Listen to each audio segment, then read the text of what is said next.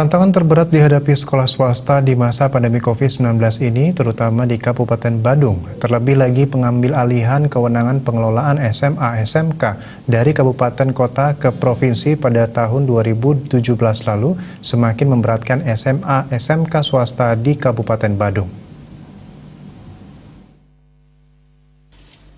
Saat SMA-SMK dikelola kabupaten kota, SMK swasta mendapatkan bantuan operasional sekolah daerah BOSDA sebesar Rp1.500.000 per siswa per tahun yang bersumber dari APBD, melengkapi BOS reguler sebesar Rp1.500.000 dari APBN, sehingga setiap peserta didik SMK swasta di Badung per tahun mendapatkan bantuan total Rp3 juta.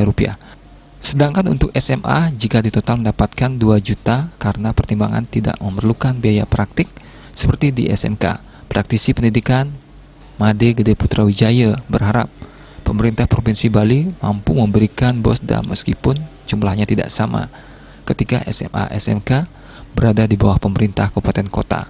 Sebab sejak diambil oleh Pemprov, SMA-SMK swasta belum pernah menerima BOSDA.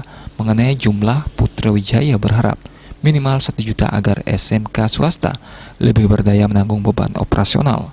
Jika hanya mengandalkan BOS reguler sebesar Rp1.500.000, pihaknya merasa berat. Terlebih, jumlah peserta didik tiap tahun ajaran baru semakin menurun drastis. Ini karena gencarnya perkembangan sekolah negeri oleh pemerintah serta pelaksanaannya peserta didik baru yang melampaui kapasitas di sekolah negeri.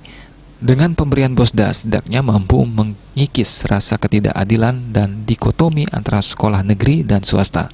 Winata Bali Pos melaporkan.